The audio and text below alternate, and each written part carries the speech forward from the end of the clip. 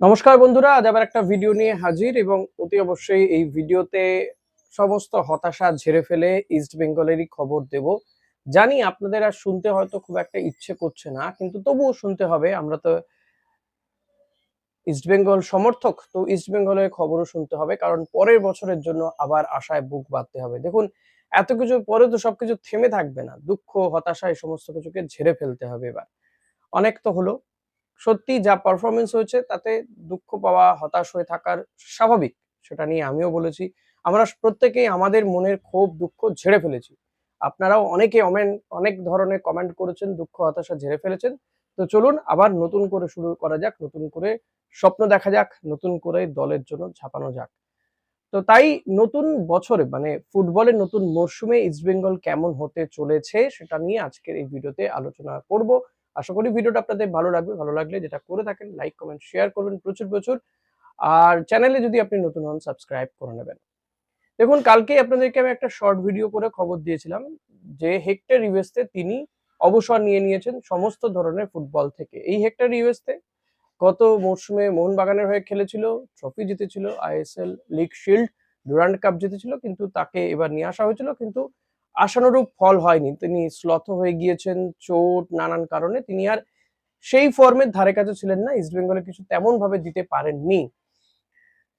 আহ, তবে কখনো কখনো তিনি জ্বলে উঠেছেন, গোল করেছেন হেডে, কখনো আবার ডুবিয়েওছেন দলকে। তো যাই হোক, হেক্টর ইউএসতে অবসর নিয়ে নিয়েছেন, ইস্ট বেঙ্গলের কাজটা অনেকটা সহজ হয়ে গিয়েছে।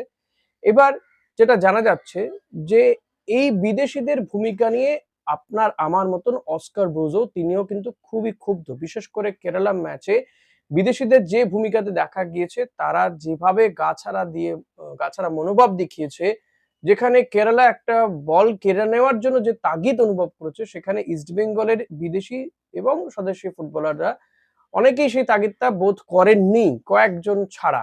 তো সে কারণেই কোথাও গিয়ে, হ্যাঁ, এটা অনেকেই বলছেন যে ইস্ট বেঙ্গলের মধ্যে টিমটার মধ্যে অনেকগুলো লবি হয়ে গিয়েছে, সেই কারণে হয়তো হতে পারে, হলেও হতে পারে সেটাও। কারণ যে কারণেই কিনা ক্লিটনকে খুব দ্রুত সরানো হলো, ফিজিওকে তাড়ানো হলো কার্যত। তো এই কারণেই কিন্তু অস্কার তিনি ক্লাবকে বার্তা দিয়েছেন যে আর কোনো বিদেশিকে রাখা হবে না, রাখতে তিনি চান না। সেই কারণে রিচার্ড সেলিস, মেসি, বাউলি, সাউল ক্রেসপোদের বিদায় নিশ্চিত। দেখুন, রিচার্ড কিংবা মেসিকে বিদায় জানাতে খুব একটা চাপ নেই। সাউলকে নিয়ে হয়তো কিছুটা চাপ হলেও হতে পারে, কিন্তু তাকেও বিদায় জানানো হবে। হয়তো একটা মিউচুয়ালি আন্ডারস্ট্যান্ডিং এর মাধ্যমে বিষয়টা মিটিয়ে নেওয়ার চেষ্টা হবে, কিন্তু দিয়ামান্তাকোসকে ছেড়ে দেওয়া যাবে না। যদি তাকেও ছেড়ে দেওয়া যেত তো তাকেও ছাড়া হতো। সমস্ত বিদেশিকেই ছেড়ে দেওয়ার চিন্তা ভাবনা করেছে। খোল নলচে বদলে ফেলা হবে ইস্ট বেঙ্গল টিমের। এবং হয়তো দেশীয় ফুটবলাররা কয়েকজন অতি অবশ্যই থাকবেন, আনোয়ার কিংবা নাওরেম মহেশ, কারণ তাকে পরের মরশুমের জন্য ক্যাপ্টেন করা হয়েছে, ভাইস ক্যাপ্টেন করা হয়েছে। লালচুং নোংগাকে তিনিও থাকবেন, বিষ্ণুও থাকবেন, যদি না বড়সড় কোনো অঘটন ঘটে যায়, যদি না বিষ্ণু মোহনবাগানের দিকে পা বাড়ান, তাহলে কিন্তু যে স্বদেশী বহু ফুটবলার তারা কিন্তু বিদায় নিচ্ছে, নতুন ফুটবলাররা তাদের দিকে হাত বাড়িয়েছে এবং এই নতুন স্বদেশী ফুটবলারদের দিকে কিন্তু নজর রাখছেন থাংবই সিংটো, তাকেই গুরু দায়িত্ব দেওয়া হয়েছে। তিনি কিন্তু এখন উড়িষ্যাতে রয়েছেন। এই সুপার কাপের ম্যাচগুলো তিনি প্রত্যেকটা ম্যাচ তিনি দেখছেন, গ্যালারিতে বসে ম্যাচগুলো দেখছেন, কার কেমন পারফরমেন্স, কোন কোন ফুটবলারের পারফরমেন্স, হয়তো কারো কারো এজেন্টের সঙ্গে কথাও বলতে পারেন তিনি। কি কথা হচ্ছে না হচ্ছে এই বিষয়গুলো সত্যি এক্ষুনি জানা যাচ্ছে না। তবে তাকে একটা গুরু দায়িত্ব দেওয়া হয়েছে, তিনি সেই দায়িত্ব পালনের চেষ্টা করছেন, মাঠে গিয়ে খেলা দেখছেন অ্যাটলিস্ট। এবং তিনিও আশাবাদী যে পরের মরশুমে ভালো কিছু করতে চায় ইস্টবেঙ্গল, সেই তাগিদ তারা বুঝতে পেরেছে। সে কারণেই তারা সেভাবে কাজ করা শুরু করে দিয়েছেন কিন্তু অলরেডি। এটা ঠিক তারও বক্তব্য আমি একটা জায়গায় দেখছিলাম যে এই বছরের টিমটা, আমিও আপনাদেরকে বহুবার বলেছি যে টিমটা কিন্তু খুব খারাপ হয়নি। এখন মাঠে যদি কেউ গিয়ে পারফর্ম না করতে পারে, সেখানে কিছু করার নেই। সেটা তো সব ক্ষেত্রেই সমান। এক্ষেত্রে আমি বলব ম্যানেজমেন্টকেও কোথাও কোথাও কড়া ডিসিশন নিতে হবে, কঠোর ডিসিশন নিতে হবে, যে নিয়ম, নিষ্ঠা, শৃঙ্খলা, এই বিষয়গুলো দরকার। শৃঙ্খলাটা সবার আগে দরকার। তো এই বিষয়গুলোর দিকেও কিন্তু ম্যানেজমেন্টও নজর দেবে, এই আশা রাখবো। এবং সে কারণেই মনে হয় ক্লিটন সিলভা এবং ফিজিওর বিরুদ্ধে, সেনানের বিরুদ্ধে দ্রুত ব্যবস্থা নেওয়া হয়েছে। তো টিম ম্যানেজমেন্ট বা কর্মকর্তারা তারাও এই ব্যাপারগুলোকে নিয়ে ভাবনা চিন্তা করছে। এখন ইস্ট বেঙ্গলের পারফরমেন্স যে জায়গায় গিয়ে দাঁড়িয়েছে, আইএসএল এর 9-10 নম্বরে শেষ করা, পাশাপাশি সুপার কাপের প্রথম ম্যাচে হেরেই ডিফেন্ডিং চ্যাম্পিয়নদের বিদায়, ফলত তারা আর এএফসি চ্যালেঞ্জ লিগেও খেলতে পারবে না, এমন টিমে বড় কোনো নামের বিদেশি আসতে চাইবে কিনা এটা একটা সন্দেহের বিষয় রয়েছে। কারণ প্রসপেক্ট কি সেটা তো দেখাতে হবে, যে আমরা এশিয়া লেভেলে ফুটবল খেলবো বা খেলছি সেটা অন্তত শো করতে পারবে, সেরকম কোনো প্রসপেক্ট আর এবছর থাকছে না। ফলত বড় বিদেশি টানা ইস্টবেঙ্গলের কাছে খুব কঠিন হয়ে দাঁড়াবে কিন্তু। তো সেই কঠিন কাজটাকে ইস্টবেঙ্গল কিভাবে মেকআপ করবে কর্মকর্তারা, ইনভেস্টররা, সেটার দিকে অতি অবশ্যই নজর রাখতে হবে।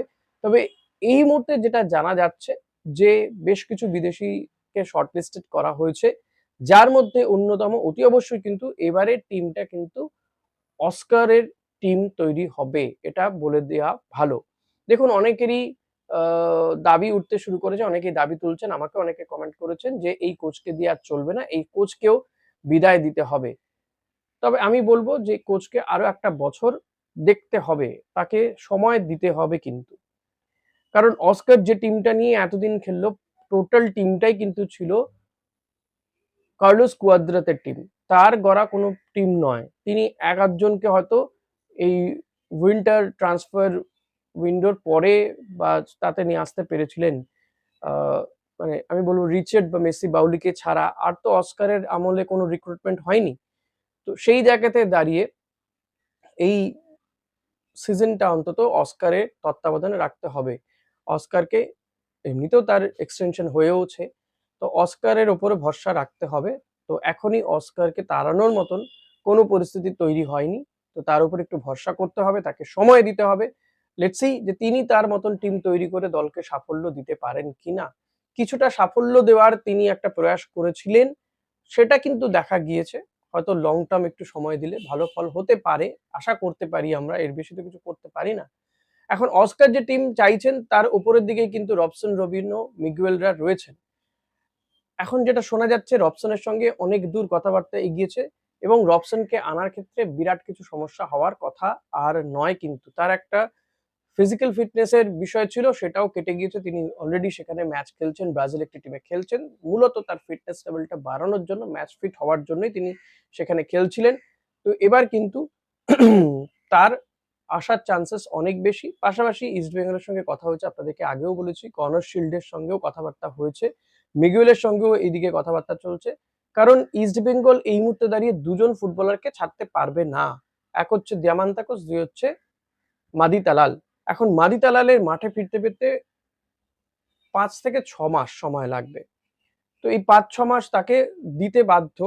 তো ততদিন তো কাউকে খেলাতে হবে, এবং সেই মানের ফুটবলারকেই খেলাতে হবে। সে কারণে কিন্তু কনর শিল্ড, মিগুয়েল ফেরেরা এদের সঙ্গে কথাবার্তা চলছে। কনর শিল্ডের সঙ্গে অনেক দূর কথা এগিয়েছে।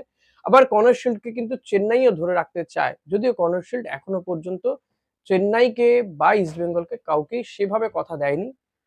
সুপার কাপের পরে তিনি এই বিষয়টা ডিসাইড করবেন বা ডিসিশন কিছু একটা নেবেন। এখন হয়তো তিনি বুঝতে চাইছেন যে বাজারে তার কতটা ডিমান্ড আছে, কত পরিমাণ দর তার উঠতে পারে।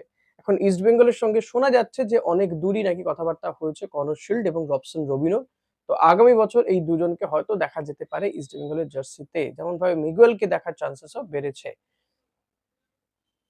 এই টিমটার এই বিদেশিরাই যেহেতু ফারাক করে দেয়, অস্কার বারবার সেটাও বলেছেন, সে কারণে কিন্তু অলমোস্ট বিদেশি যে টিমটা ছিল সেটা পুরোটাকেই ছেটে ফেলার চেষ্টা হচ্ছে, ডিফেন্স, মাঝমাঠ এবং ফরওয়ার্ড লাইন। ফলত এই জায়গাগুলোতে কিন্তু অস্কারের পছন্দ মতন ফুটবলার সার্চিং চলছে, লিস্টও দেওয়া হয়েছে, সে মতো কথাবার্তা এগোচ্ছে। সুপার কাপও শেষ হয়ে গিয়েছে, ঘরে ফিরে যাচ্ছেন সবাই। তো আশা করা যায় এই দ্রুত আরো বেশ কিছু বিষয় কিন্তু জানা যাবে। যেমন প্রতিদ্বন্দ্বী বা চির প্রতিদ্বন্দ্বী মোহনবাগান, তারাও কাজ করছে, তারাও হয়তো কাউকে কাউকে ছেড়ে দিতে পারে, স্টুয়ার্টকে ছেড়ে দিতে পারে, অলরেডকে ছেড়ে দিতে পারে। পাশাপাশি শোনা যাচ্ছে সেখানে রড্রিগেজকে তারা আনতে পারে, জ্যাক এরভিনকে আনতে পারে। হ্যাঁ, তো দেখা যাক মানে তাদের দিকে কে কে আসে, আর ইস্ট বেঙ্গলের দিকেই বা কোন কোন প্লেয়ার আসে। এখন দেখুন, মোহনবাগানের হাতে পয়সা রয়েছে, প্লাস হচ্ছে তাদের দিশাও রয়েছে। ইস্ট বেঙ্গলের কাছে সত্যি করে সেটা নেই যে ইস্ট বেঙ্গল কিছু শো আপ করবে বা একটা কিছু বলবে যে আমরা তো এএফসি তে খেলবো, আপনি আমার টিমে এলে এএফসি তে খেলতে পারবেন। তো এটা কিন্তু ইস্টবেঙ্গলের কাছে একটা টাফ সিচুয়েশন হয়ে দাঁড়িয়েছে। বড় কোনো ফুটবলারকে, নামী কোনো ফুটবলারকে ইস্টবেঙ্গলের জার্সিতে খেলানোর ক্ষেত্রে এটা একটা প্রতিবন্ধকতা হয়ে দাঁড়িয়েছে। তো দেখা যাক এই প্রতিবন্ধকতা ইস্টবেঙ্গল টিম ম্যানেজমেন্ট, কর্মকর্তারা, ইনভেস্টররা কিভাবে এটাকে কাটিয়ে ভালো মানের ফুটবলার নিয়ে আসতে পারে। দেখুন, বড় নামের থেকেও দরকার যে বা যারা জার্সির মর্ম বুঝবে, জার্সির জন্য লড়াই করবে, ইস্টবেঙ্গলের জন্য লড়াই করবে, একদম মাঠে টাট্টু গোড়ার মতন দৌড়বে, খেলবে জার্সির জন্য, ইস্টবেঙ্গলকে ট্রফি দেওয়ার জন্য খেলবে। তো তেমন ফুটবলার আশা করব আমরা পরের সিজনে দেখতে পারবো। আপনারা কি আশা করেন?